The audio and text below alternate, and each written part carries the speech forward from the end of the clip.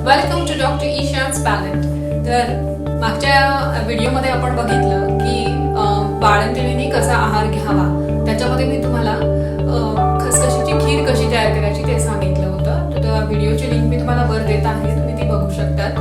आता ह्या व्हिडिओमध्ये आपण बघणार आहोत की खसखशीची आमटी कशी तयार करायची.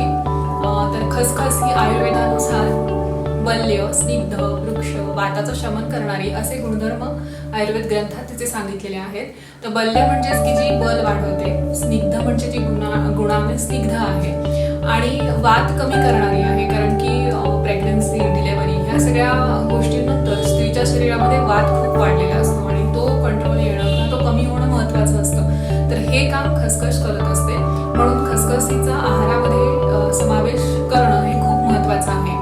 आणि ट्रेडिशनली सुद्धा असं म्हणजे मानलं जातं की खसखस ही आईचं दूध चांगलं येण्यासाठी म्हणून मदत करते, तसंच आईची तब्येत सुद्धा चांगली ठेवते. तर आपण बघूयात की खसखशीची आमटी कशी तयार करायची. खसखशीची आमटी तयार करण्यासाठी आपल्याला इथे लागणार आहे 2 टेबलस्पून सुकं खोबरं, 10 ते 12 लसणाच्या पाकळ्या, त्या मी इथे थोड्या चिरून घेतलेल्या आहेत.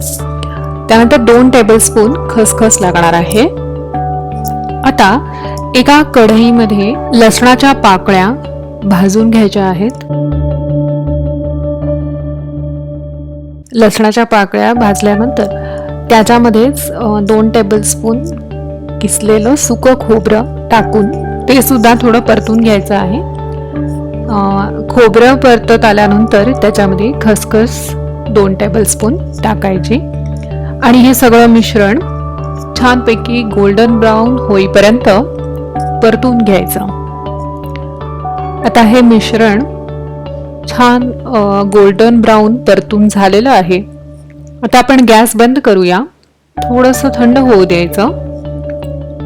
त्यानंतर हे सगळं मिक्सरमधून वाटून घ्यायचंय. तर मिक्सरच्या भांड्यात टाकून त्यामध्ये थोडंसं पाणी टाकायचं आणि त्याची पेस्ट बनवायची. तर असं हे खसखस, खोबरं आणि लसणाचं वाटण आपल्याला मिळालेलं आहे.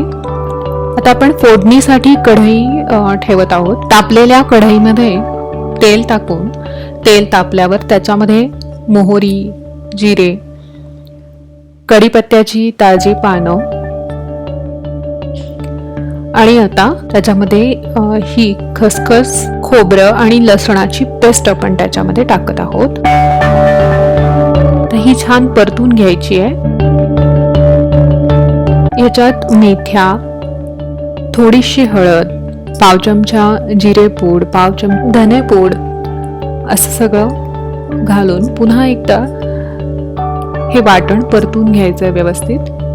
परतल्यानंतर याच्यामध्ये साधारणतः 200 ते 250 ml पाणी मी इथे टाकत आहे. पाणी टाकल्यानंतर ते छान उकळून घ्यायचं. आता ह्याच्यात थोडासा गूळ आणि चवीनुसार मीठ टाकायचं आहे.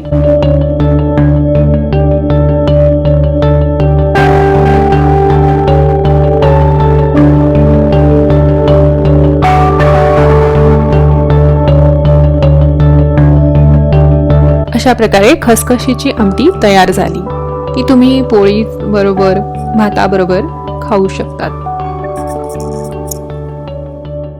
आरोग्यविषयक माहिती आणि उपचार जाणून घेण्यासाठी चॅनलला सबस्क्राईब जरूर करा.